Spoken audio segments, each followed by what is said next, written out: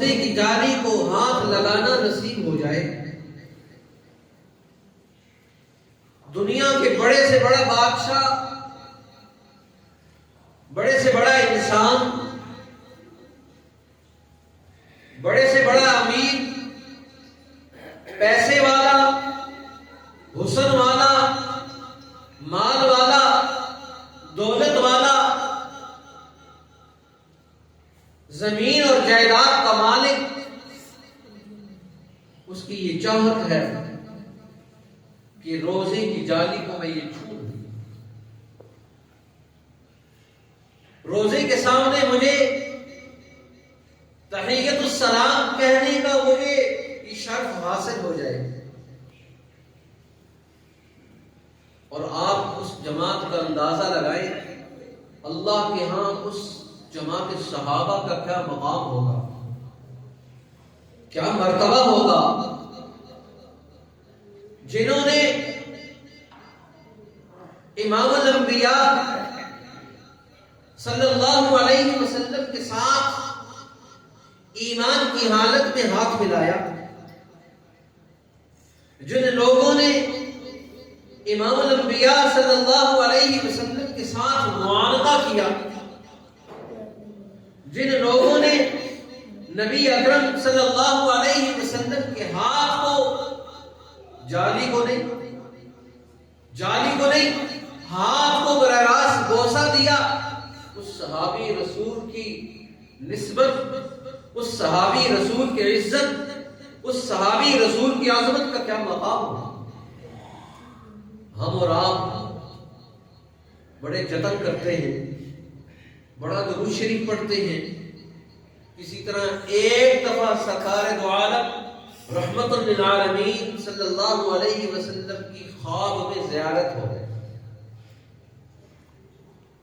اور وہ آدمی اپنے آپ کو دنیا کا سب سے بڑا سعادت مند انسان تصور کرتا ہے، وہ کہتا ہے ساری دنیا کی دولت ایک طرف، ساری دنیا کی عظمتیں عزتیں ایک طرف، وہ لوگوں آج میں نے رات کو رسول اللہ کا دیدار کیا، اور اس کو کہا جائے اگلی رات کا دیدار مجھے دے دے، ساری دنیا تیرے لیے وقف کرتا ہوں، وہ کہے گا نہیں، دنیا نہیں چاہیے، سرکار کا دیدار چاہیے۔ یہ ایمانی حلاوت ہے، یہ ایمانی لذت ہے۔ جماعت صحابہ یہ وہ عظیم جماعت ہے، یہ وہ عظمتوں، یہ وہ بلندیوں والی جماعت ہے، یہ وہ خوش بخت ہیں، یہ وہ خوش قسمت ہیں جنہوں نے حضور صلی اللہ علیہ وسلم کے ہاتھ پر بیعت کی، حضور کا یوں آمنے سامنے مصافحہ کیا، آپ کے ہاتھوں کو بوسہ دیا، آپ کے ساتھ بغل گیر ہوئے، آپ کے ساتھ آپ کے دسترخوان پر کھانا کھایا۔ کہتے ہیں ایک دفعہ اللہ کے حبیب صلی اللہ علیہ وسلم، صحابہ کا بھی اپنا ہی عشق ہے، اپنی ایک محبت ہے، اپنا ہی ایک تعلق ہے، اللہ کے حبیب صلی اللہ علیہ وسلم یوں صفے درست فرما رہے ہیں،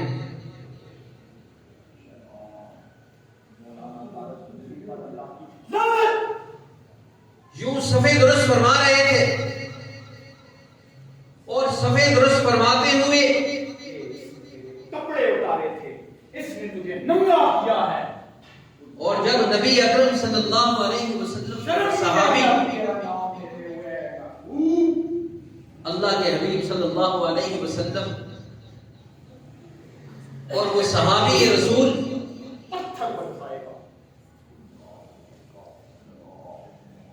اللہ کے حبیب صلی اللہ علیہ وسلم اس صحابی رسول کے ساتھ جا کے پردہ ڈالے لاہور میں، چلو ہے دلہ کا کام کا مرینا ہے تھے ان سے فلم نہیں اللہ کے حبیب صلی اللہ علیہ وسلم اس صحابی رسول کے ساتھ صفوں کو درست فرماتے ہوئے آپ صلی اللہ علیہ وسلم کے ہاتھ میں لاٹھی ہے، اور اللہ کے حبیب صلی اللہ علیہ وسلم میری طرف متوجہ ہو جائے، میری طرف توجہ فرمائیں۔ اللہ کے حبیب صلی اللہ علیہ وسلم صحابہ کی صفیں درست فرما رہے ہیں۔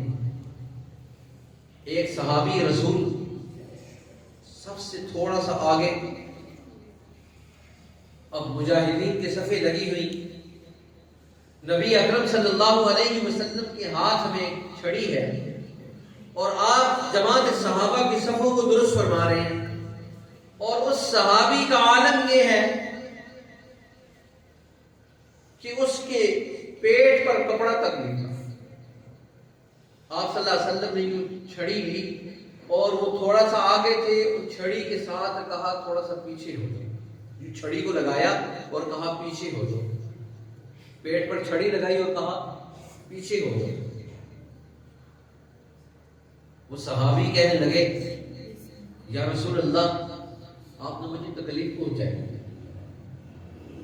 صحابی کہنے لگے یا رسول اللہ آپ نے مجھے تکلیف پہنچائی، آپ نے چھڑی کو میرے پیٹ کے ساتھ لگایا، مجھے تکلیف ہوئی، مجھے اذیت ہوئی۔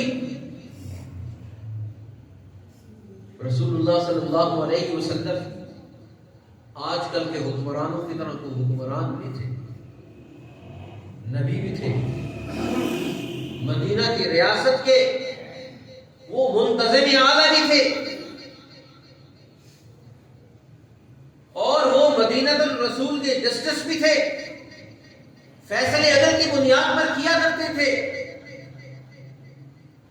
فوراً ذہن میں آیا تجھے تکلیف ہوئی، میں تو انسانوں کو تکلیف دور کرنے کے لیے آیا ہوں، مجھے تجھ سے تکلیف ہوئی، میں حاضر ہوں۔ اور صحابی رسول کہنے لگے چھڑی حضور نے صحابی کو دے، چھڑی صحابی کو دی۔ صحابی کہنے لگا میں کیا کروں؟ کہنے لگے آج دنیا میں قصاص لے لے، جتنی تجھے تکلیف ہوئی میں حاضر ہوں۔ آپ دیکھیں دنیا کے حکمرانوں کا عالم جو حضور پر ایمان لاتے ہیں، حضور کے ساتھ عشق اور محبت کے دعوے کرتے ہیں، پوری پوری عمارتوں کو وہ قمقموں سے، وہاں پر عمارت کی کوئی جگہ نظر نہیں آتی، قمقمے نظر آتے ہیں، لیکن جب عدل کی بات آتی ہے تو پیچھے ہو جاتے ہیں، جب انصاف کی بات آتی ہے تو پیچھے ہو جاتے ہیں۔ حضور نے فرمایا ہے صحابی دنیا کا بدلہ دنیا میں ہو جائے، میں نے تجھے تکلیف پہنچائی، صف درست کرتے ہوئے تجھے اذیت ہوئی، تکلیف ہوئی، میں محمد رسول اللہ حاضر ہوں، آج کا بدلہ ادھر ہی ہے۔ صحابی کے ہاتھ میں وہ چھڑی تھی، حضور سامنے کھڑے ہو گئے۔ آپ اندازہ لگائیں جس آدمی کے پاس طاقت ہو، آج 5ویں سکیل کا آدمی بھی نہیں سنبھالے جاتا، 5ویں سکیل کا بندہ بھی نہیں سنبھالے جاتا، وہ کہتا میں کرسی پر ہوں، میرے سامنے بات کرتا ہے۔ دو جہاں کے سردار ہیں جن کے لیے ساری کائنات کو وجود دیا گیا، اپنے آپ کو پیش کر دیا۔ وہ صحابی کہنے لگے یا رسول اللہ جب آپ نے میرے پیٹ کے ساتھ چھڑی لگائی تو اس وقت میرے پیٹ پر کپڑا نہیں تھا، حضور نے اپنا رحمت والا کرتا اوپر کر دیا، جب اوپر کیا قربان جائے ان صحابہ پر، اس نے وہ چھڑی پھینکی اور حضور کے ساتھ لپٹ گیا، اور ایسا لپٹا مورخین یہ کہتے ہیں کہ اس صحابی کی عجیب حالت تھی، کہنے لگا میں نے سنا ہے جس کا جسم نبی کے جسم کے ساتھ ٹچ کر جائے جہنم کی آگ حرام ہو جاتی ہے، آج آگ حرام ہو گئی۔ آپ دیکھیں ان لوگوں کا مقام، اللہ کے ان کا مرتبہ کیا ہو گیا۔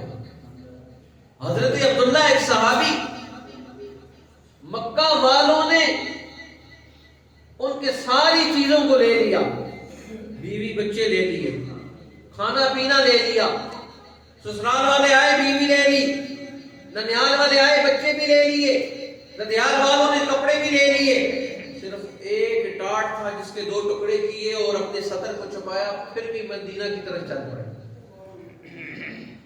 مدینہ کی طرف پھر چل پڑے۔ کہتے ہیں ایک غزوے میں رسول اللہ صلی اللہ علیہ وسلم کے ساتھ ہیں، کہتے ہیں جب عصر کا وقت ہوا، نحیف تھے، جسم کمزور تھا، پیارے ہو گئے اللہ۔ جب اللہ کو پیارے ہوئے اس وقت عجیب حالت تھا، حضور نے صحابہ کہنے لگے یا رسول اللہ ہم دفن کر دیتے ہیں، حضور نے فرمایا نہیں نہیں، یہ وہ میرا صحابی ہے جس نے اپنا سارا کچھ میرے لیے چھوڑا، سارا کچھ میرے لیے چھوڑا۔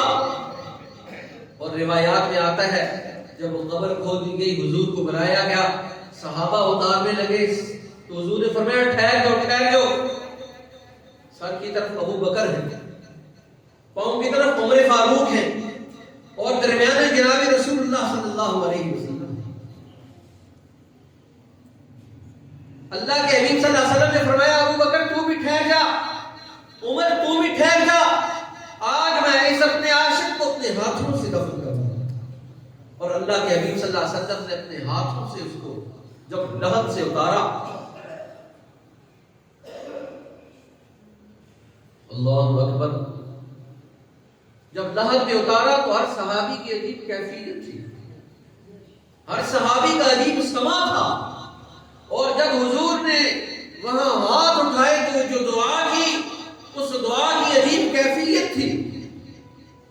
حضور نے فرمایا اے اللہ میں اس اپنے صحابی سے راضی ہوں، تو بھی اس سے راضی ہو جا۔ کہتے جب حضور نے یہ ہاتھ اٹھائے، رحمت والے ہاتھ جب یوں آسمان کی طرف نظر اٹھا کر اٹھے، اور صحابی کہنے لگا کاش آج اس عبداللہ کی جگہ میری میت ہوتی، آج اس عبداللہ کی جگہ میری میت ہوتی۔ کیوں؟ ایک تو حضور نے اپنے ہاتھوں سے اتارا، ہم اور آپ اسی پر خوش قسمت ہیں کہ رات کو حضور کا دیدار ہو جائے، کسی طرح مدینہ میں جائیں، حضور کی جاریوں کو یوں ہاتھ لگانے کی سعادت نصیب ہو جائے۔ یہ وہ لوگ تھے جن کو حضور نے اپنے ہاتھوں سے یوں دفن کیا، اس صحابی کا کیا مرتبہ ہوگا۔ پھر جب حضور نے آسمان کی طرف نظر اٹھا کر دعا کی، اس وقت ابو بکر کہنے لگے، عمر کہنے لگے، عثمان کہنے لگے، ہر صحابی جو لشکر میں تھا وہ کہنے لگا کاش آج عبداللہ کی میت تو ہوتی میری میت ہوتی۔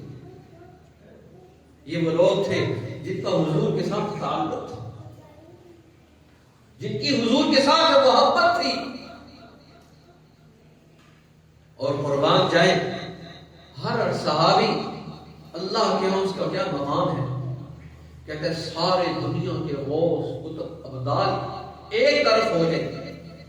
22 جمادی ثانی اس مہینے میں جو ایک شخصیت اللہ نے دنیا میں بھیجی پھر دنیا سے چلی گئی، جس کو خلیفہ اول سیدنا ابو بکر صدیق رضی اللہ تعالیٰ کہا جاتا ہے۔ یہ حضور کی تربیت یافتہ لوگ ہیں، یہ حضور کے یار ہیں، جن کا تذکرہ میرے اور آپ کے ایمان کے بڑھنے کا سبب بنتا ہے۔ میرے اور آپ کی ایمانی حلاوت مختلف ہو جاتی ہے۔ کسی بادشاہ کا تذکرہ کرو تو نہ ایمان بڑھتا ہے نہ حلاوت بڑھتی ہے، لیکن یہ ایسے لوگ ہیں کہ عرشی تھے لیکن حقیقت میں فرشی تھے، فرش پر تھے لیکن تھے عرش والے، دیکھنے میں یہ فرشی تھے، دیکھنے میں یہ فرشی تھے، حقیقت میں وہ عرشی تھے۔ اور انسان کہتے بھی اسی کو ہیں جو دیکھنے میں فرشی ہو لیکن اندر سے وہ عرشی ہو۔ حضرت بلال کے پاس کیا تھا؟ کیا چیز تھی؟ دنیا کا جاؤ جلال تھا، دنیا کی مال و دولت تھی، کچھ بھی نہیں، لیکن اللہ کے ان کا کیا مقام تھا، کیا مرتبہ تھا۔ دیکھنے میں وہ سارے کے سارے فرشی تھے۔ بولے میرے ساتھ، دیکھنے میں وہ سارے کے سارے، بولے بولے ایمان کی بات ہے، دیکھنے میں وہ سارے کے سارے فرشی تھے، اور سیرت کے اعتبار سے سارے عرشی تھے۔ حضور نے فرمایا یہ وہ میری جماعت ہے، یہ وہ میری جماعت ہے، میں مدینہ میں دیکھتا ہوں۔ میں جب معراج پہ گیا تو میں نے حضرت بلال کی قدموں کی آہٹ کو عرش میں سنا، جنت میں سنا۔ مجھ سے پہلے قدموں کی آہٹ بلال کی جنت میں تھی۔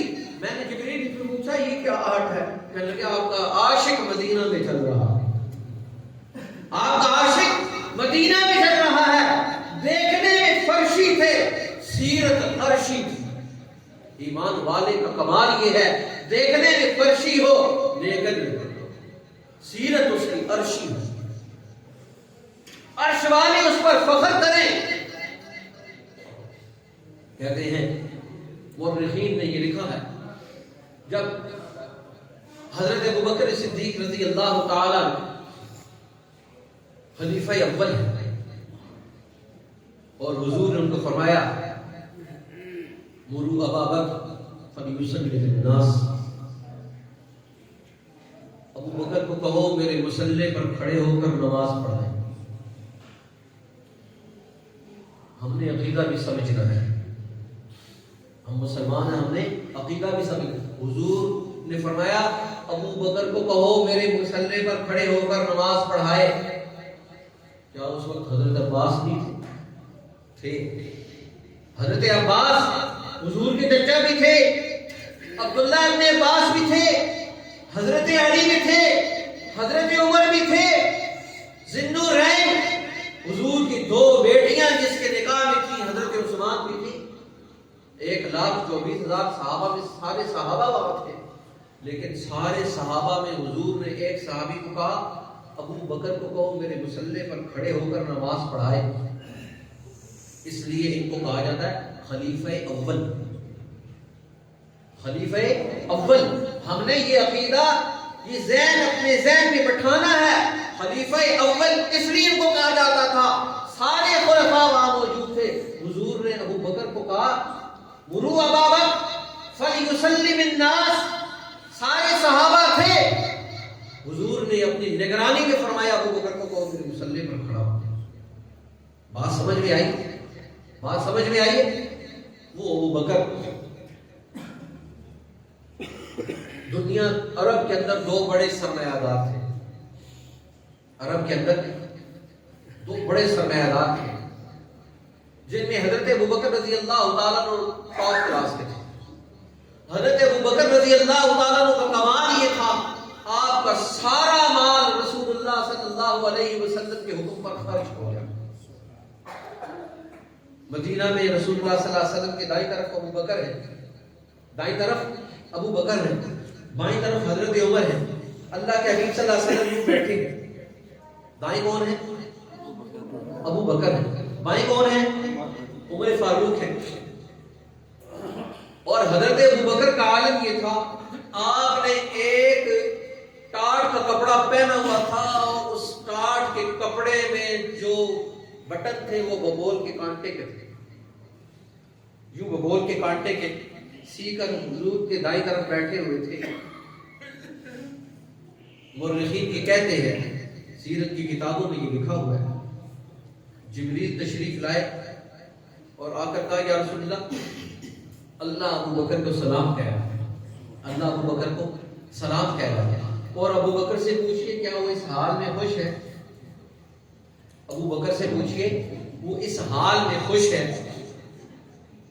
جب رسول اللہ صلی اللہ علیہ وسلم نے حضرت ابو بکر کو یہ پیغام دیا تو حضرت ابو بکر رضی اللہ تعالیٰ عنہ کی آنکھوں سے آنسو نکل گئے، کہنے کہ یا رسول اللہ، اللہ نے مجھے سلام بھیجا، اللہ نے مجھے سلام بھیجا ہے، اور پھر یہ کہا ہے کہ اس حال میں راضی ہوں۔ ہم تو اللہ سے ہر حال میں راضی ہیں۔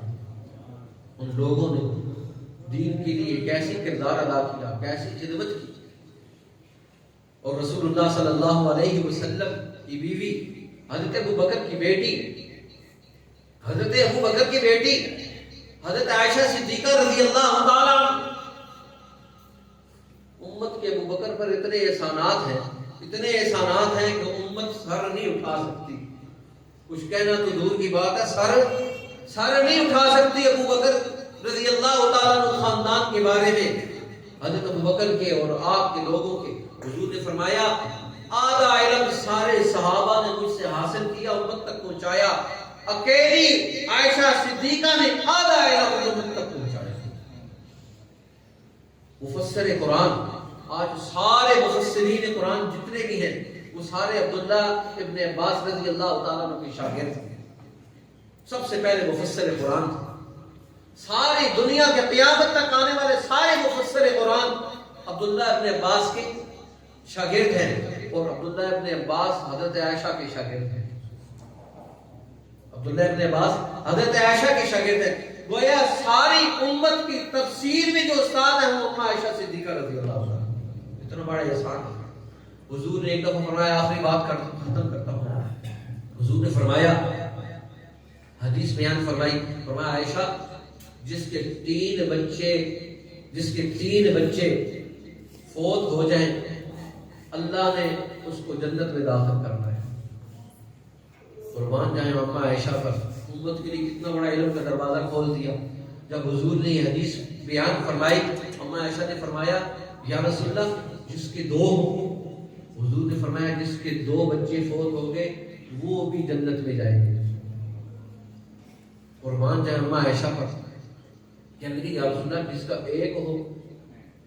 دیکھیں نا، سوال کر کر کے امت کے لیے کتنی رحمت پیدا کر دی۔ اسی کو حضور نے فرمایا ارحم امتی بامتی ابو بکر، میری امت میں سب سے زیادہ رحم دل ہستی جو وہ ابو بکر کی ہے۔ باپ اتنا رحمت والا تو بیٹی کتنی رحمت والی ہوگی، کیوں نہ ہو رحمت للعالمین کی گھر والی جو ہے، جو مجسم رحمت تھا، جس کی گھر کے اندر رحمت کا نزول ہوتا تھا، اس کی بیوی کیسے رحمت نہ ہو۔ تیسرا سوال کرتی ہے یا رسول اللہ جس کا ایک بچہ بچی فوت ہو جائے کیا اس کے لیے جنت کا وعدہ ہے؟ اللہ اکبر، کیسے حضور سے باتیں منوا رہی ہے۔ آج تو ہماری بیویاں ہم سے باتیں منواتی ہیں کہ فلاں سوٹ بھی دے دو تو فلاں چیز بھی لے کر دے دو۔ یقین جانیے آج اگر امت کی خواتین خیر پر کھڑی ہو جائیں تو اتنا بڑا عمل ہو سکتا ہے جس کا تصور نہیں۔ آج ہماری خواتین خیر پر نہیں ہے، وگرنہ خاتون ایک خیر پر کھڑی ہو جائے سارے کے سارے گھر نمازی بن جائیں۔ وہ والدہ کھڑی ہو جائے کہ آج جس نے نماز نہیں پڑھی ناشتہ نہیں ملے گا، آپ میرے خاوند ہیں، آپ کی بات بجانب ہے، لیکن آپ آج ناشتہ نہیں ملے گا، آپ نے نماز نہیں پڑھی، دن کا کھانا نہیں ملے گا۔ عورت اگر ضد پر آ جائے تو سب کچھ منوا لیتی ہے۔ آج لوگوں سے پوچھو یار یہ کیا کیا، اتنا سمجھدار ہے، شادی پر یہ کیا کام کرتی ہے، کہنے لگا عورتوں نے مجبور کر دیا۔ لگتا ہے اگر عورتیں مجبور کرنا شروع کر دیں ہم سب نمازی بن جائیں، ہم سب قرآن والے بن جائیں، ہم دیکھنے میں فرشی ہوں گے لیکن سیرت ہماری عرشوں والی بن جائے گی۔ کیوں؟ عورت تبدیل ہو گئی۔ جس خاندان کے اندر عورت نیک ہو سارے لوگ نیک ہو جاتے ہیں، سارے لوگ نیکی پر کھڑے ہو جاتے ہیں۔ اس لیے ہر مرد سے پوچھا جائے گا تو نگران تھا، تم نے اپنی عورتوں کو کیا بات سمجھائی، اپنے بچوں کو کیا بات سمجھائی۔ آج میں اور آپ اس بات کے ذمہ دار ہیں، الا کلکم راع وکلکم مسئول عن رعیتہ، ہر ایک سے سوال ہوگا ہم نے اپنے لوگوں کی کیا تربیت کی، ہم نے اپنے لوگوں کو کیا سبق سنایا۔ آج ہم اپنی خواتین کو ساری چیزیں دیتے ہیں لیکن یہ نہیں پوچھتے تو نے نماز پڑھی ہے کہ نہیں، قرآن کی تلاوت کی ہے کہ نہیں کی ہے، کوئی ذکر اذکار کیا کہ نہیں کیا۔ حضرت ابو بکر رضی اللہ تعالیٰ کی بیٹی نے آخری سوال پھر ایک اور کر دیا۔ قربان جائے اما عائشہ پر، عورتیں ہوں تو سوالات کرتی ہیں، پھر سوالات سے انسانیت کے لیے رحمت۔ ایک والا بھی جنتی اچانک سوال کیا یا رسول اللہ جس کا حمل ہو جائے، عائشہ تجھ پر قربان ہو، جس کا حمل ہو جائے سانس چوتھے مہینے میں پڑ جائے اگر وہ فوت ہو جائے یا رسول اللہ وہ بھی جنتی، رحمت والی زبان علی فرمایا وہ بھی جنتی، وہ بھی جنتی۔ عائشہ کو دیکھو تو صحیح، سوالات کرتی چلی گئی اور لوگوں کو جنت میں داخل ملتا چلا گیا۔ آج وہ لوگ کتنے خوش نصیب ہیں، وہ عورتیں جن کے بچے دنیا سے چلے گئے، لیکن اما عائشہ کی یہ حدیث کتنی تسلی والی ہے، کتنی تسلی والی ہے۔ جن کے بچے دنیا سے چلے گئے کہتے ہیں، آخری بات کرتا ہوں پھر ختم کرتا ہوں، جہنمی والدین کو لے کر جا رہے تھے جہنم کی طرف، حدیث میں آتا ہے جو بچے بچپن میں فوت ہو گئے وہ بچے ان فرشتوں کے آڑے آ گئے، کہنے لگے کدھر لے کر جا رہے ہو؟ کہنے لگے جہنم کی طرف، یہ گناہگار ہیں۔ کہنے لگے کہ ہمارے والدین ہیں، کدھر لے کر جا رہے ہو؟ کہنے لگے جہنم کی طرف، اللہ کا حکم ہے۔ کہنے لگے ہم اللہ کا حکم کو نہیں جانتے، جہنم میں نہیں لے کر جا سکتے، ہمارے والدین ہیں، ہمارے والدین ہیں۔ وہ دو بچے کھڑے ہو گئے، کہنے لگے ہمارے والدین ہیں، تو ان کو جہنم میں نہیں لے کر جا سکتے۔ فرشتوں کے ساتھ ضد شروع کرتے، بچے ضد میں تو ویسے ہی مشہور ہیں، جب ضد کر بیٹھے تو پھر اپنی ضد منوا کے چھوڑتے ہیں۔ کہتے ہیں حدیث میں آتا ہے وہ بچے ضد کر بیٹھے، اللہ نے ان کو کہا تمہارے والدین نے یہ گناہ کیا اس لیے جہنم میں لے کر جا رہے ہیں۔ کہنے لگے اللہ جی اگر آپ نے جہنم میں لے کر جانا ہے تو ہمیں جنت میں لے کر جائیں گے، پھر ہمیں بھی جہنم میں لے کر جائیں گے۔ ہمارے والدین کو اگر جہنم میں لے کر جانا ہے تو ہمیں بھی جہنم میں پھینکے، ہم اپنے والدین کے بغیر جنت میں نہیں جائیں گے۔ اللہ کے ساتھ ضد شروع کر دی، اللہ نے دلیل دی، حجت دی، انہوں نے یہ کیا۔ کہنے لگے اللہ میاں کچھ نہیں جانتے، ہمارے والدین کو جنت میں بھیجو ہمارے ساتھ۔ حدیث میں آتا ہے اللہ کہے گا اچھا جاؤ والدین کو جنت میں، جاؤ والدین کو جنت میں لے جاؤ۔ اتنی بڑی خوش قسمتی ہے مسلمان کے لیے، ہر لمحہ خوش قسمتی ہے۔ کہیں مصیبت آ گئی پھر بھی خوش قسمتی، دنیا سے کوئی چلا گا پھر بھی خوش قسمتی، دنیا میں کوئی آ گیا پھر بھی خوش قسمتی۔ لیکن یہ خوش قسمتی ساری کیوں ہے؟ لا الہ الا اللہ کے صدقے ہے، یہ ایمان کے صدقے ہے۔ اللہ مجھے اور آپ کو ایمان کی حلاوت نصیب فرمائے، ایمان کی مٹھاس نصیب فرمائے۔ واخر دعوانا